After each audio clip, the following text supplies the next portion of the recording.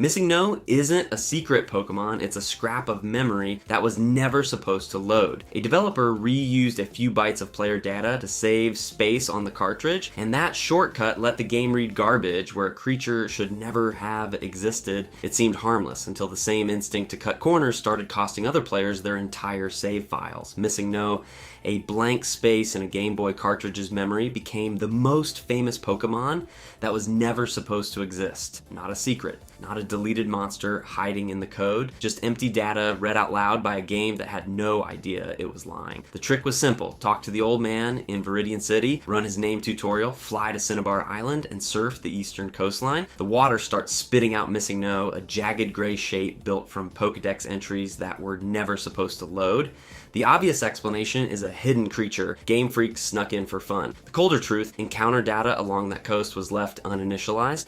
Instead of clearing player name data after the old man scene, the game reused it, colliding with the coast's broken tile map and getting read as a real Pokemon. The chaos was real. Catch MissingNo and your 6th inventory item multiplies to exactly 128 copies because the encounter routine overwrites the same bytes tracking item quantity. Kids swore it corrupted entire saves. Mostly it just wrecked your Hall of Fame data, which somehow made the myth grow bigger, not smaller. Nobody coded a monster, somebody just never told the memory to go blank. But when that same instinct meets a system where the currency is real money, the mistake stops being a playground legend and starts printing billions out of thin air. The bloodbath bug. In May of 2013, some Diablo III players turned into gold billionaires in under an hour without farming a single monster. A static byte glitch is one thing. This was a timing glitch, and those are always worse because they only happen when two things touch at exactly the wrong moment. The official story was simple. The gold auction house was Blizzard's secure, company-run marketplace backed by real infrastructure and monitored like a bank. The real story was a race condition, cancel an auction mid-transaction, and the game got confused about whether it had already refunded you, so it refunded you twice. Loop that fast enough and gold doesn't add up, it multiplies. Within hours, accounts hit the maximum gold cap, an amount most players would never touch in a full playthrough, reached in minutes by people spamming cancel buttons. The economy cratered instantly. Prices spiked, gold went worthless, and the chaos spread into the real money auction house where actual dollars backed actual drops. Blizzard pulled the system, patched the exploit, then made an ugly call. Some accounts got banned, others got quietly rolled back, gold erased, while honest players undercut by billionaires got nothing. Plenty of fans called it final proof the auction house was rotten. 2 years later, Blizzard killed it for good. That disaster came from code assuming two events happen one at a time. But some systems are built to embrace chaos on purpose, thousands of collisions every second, and when that kind of engine breaks, it doesn't drain an economy. It launches a human body across a city. Hall of Meat, a skater lands a kickflip wrong in Skate, and instead of falling over, his spine bends backward until his head touches his own heels. Nobody designed that pose. The physics engine tried to resolve a collision and lost the argument with basic human anatomy. Skate runs on real-time physics, calculating every flip, grind, and bail from scratch. No pre-baked animations faking the fall. That is the entire appeal. But when the board, the character, and the environment all collide at once, the engine sometimes stacks multiple impulses into a single frame and the math breaks. The ragdoll skeleton is supposed to have joint rotations clamped, limits on how far an elbow or knee can bend before the game stops it. The clamp fails. A joint hyperextends, inverts, then snaps back so violently the skater launches across the map like he got hit by a truck. Same shortcut problem as the last two glitches, just dressed up as slapstick instead of catastrophe. QA could not test this away because the bug lives inside the feature. Countless collision angles exist at every speed and contact point, and only a tiny fraction ever break the clamp. You cannot write a test plan for infinite human contortion. EA noticed players clipping these ragdolls, calling them Hall of Meat, sharing them everywhere. Largely, they left it alone. When the worst a bug does is make you laugh, leaving it in is easy. But flip the consequence. Imagine a glitch that never makes a clip, never goes viral, and does its damage silently in the background, erasing your last 40 hours the instant you tried to save them. Corrupted saves. 60 hours can disappear in about 2 seconds, and nobody even has to touch your or controller. The last section ended with a bug you could laugh at, something that made a character's face fold in on itself for a cheap YouTube clip. This one does not get clipped for laughs, it gets clipped for warnings. On several PlayStation 2 and GameCube titles, the save process itself was a loaded gun. The game started writing your file to the memory card, and if anything interrupted that write, a crash, a freeze, someone yanking the cord at the wrong second, the card was left holding a half-finished file. Sometimes every save on the card vanished because the file system metadata describing where files started and ended got corrupted mid-write. The root cause traces back to developers building custom save logic on top of proprietary, barely documented memory card APIs. Every studio handled file descriptors a little differently, and it worked fine 99% of the time. QA could test crashes, QA could not test a kid ripping the memory card out because his mom called him for dinner. Same gap that let the physics bugs slide through, except nothing about this one was harmless. RPGs took the worst of it. A single failed write could erase a campaign someone had lived in for weeks. A loss remembered forever and passed down as a warning to back up your card before you even boot the disk. These holes open because the code trusted its own boundaries would hold. But some players learned to attack those boundaries on purpose, aiming for the exact cracks in a game's walls, and turned hours-long adventures into runs that end in minutes out of bounds. A player can beat a 40-hour game in under 5 minutes, and not one line of code was changed to do it. That's not a cheat code, that's a wall that was never actually there.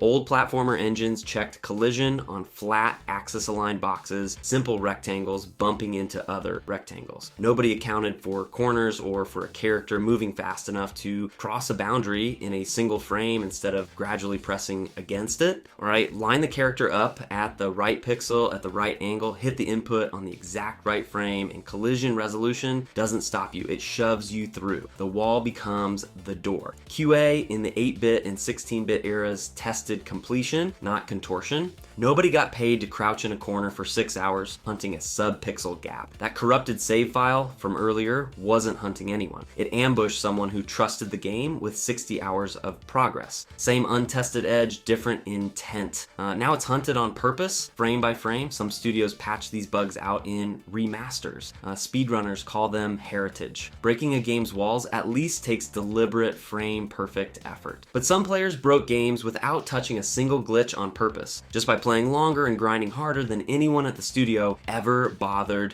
to test. Infinite money. One canceled trade at the exact right frame, and suddenly 100 hours of tuned economy means nothing. That's the entire glitch. No hacking, no editing files, just a menu backing out half a second too late while the game already thinks the item exists twice. The auction house race condition taught the world that timing a cancel could break a transaction before the server finished writing it. This is that same flaw moved somewhere nobody gets banned for using it, since the only casualty here is the challenge itself. The mechanism is simple: split your party, open a trade, hand off an item, then back out before the game finishes, decrementing the original stack. The receiving screen logs the copy. The sending screen never erases it. Storage, a vendor, 2 characters in the same room. The result is always the same. 1 item goes in, 2 come out. Same reuse code shortcut that gave the world MissingNo, just wearing a different costume. A menu built once and copy pasted across every trade window, never got audited for every exit. So the exit became the exploit. Players split into camps immediately. Speedrunners ban it outright. Casual players see it as a grinding skip nobody's forced to take. Designers spent months balancing a curve 1 bad cancel deletes in seconds. Later games even built sanctioned versions on purpose, turning the accident into a reward. When the player breaks the economy on purpose, at least someone chose it, but some numbers break themselves. 1 wrong operator in a formula, nobody double checked, and suddenly an ordinary enemy becomes a wall no one at the studio ever meant to build. As super powered enemies, sometimes the wall isn't a glitch in the traditional sense. It's a single wrong character in a spreadsheet sitting quietly in a data file for years waiting for the right player to trigger it. That's the whole bug. No memory address, no race condition, no clever exploit chain, just a formula that was supposed to add and instead multiplied. Level scaling sounds simple on paper. An enemy checks the player's level and adjusts its stats to match, keeping the fight fair at level 5 or level 50. That math lives in a table built by a person on a deadline. And tables get typos like anything else. Multiply where you meant to add, and a health pool that should read in the hundreds suddenly reads in the tens of thousands. Nobody catches it because QA tests the path players are expected to take, not the one some grinder takes farming a single zone for 18 hours before touching the main quest. That's the same off-path territory that handed out infinite rewards one section ago, except this accident runs in reverse. Instead of a jackpot, it's a brick wall wearing a monster's face. The player on the other side doesn't see a spreadsheet error. They see a boss.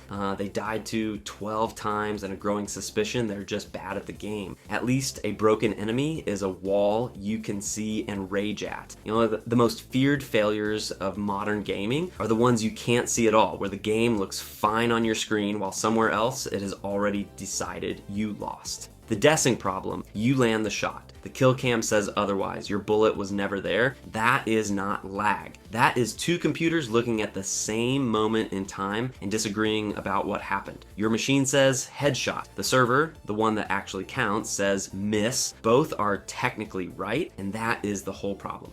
Modern online games run on prediction. Your console guesses what's about to happen and shows it instantly, because waiting for the server round trip would feel like wading through syrup. The server checks that guess and corrects it if you were wrong. Most of the time, you never notice. Under the wrong mix of latency, jitter, and packet loss, the correction fails and you get rubber banding, ghost bullets, and enemies teleporting through walls. Studios cannot fully test for this before launch because the test does not exist yet. QA runs on clean, controlled networks. The real failure state needs thousands of mismatched routers, phone hotspots, and old modems running at once from players who have not bought the game yet. That is the same bet from every earlier bug. The reused byte, the unclamped frame, the item duped through a race condition, all shortcuts taken because the real test was impossible to run in time. Someone shipped on that bet, someone else lost the ranked match or the run or the 60 hours because of it. The bug was never the failure. The bug was the shortcut finally meeting a player QA never imagined. If you enjoyed this video and want to see more, click the video on the screen now.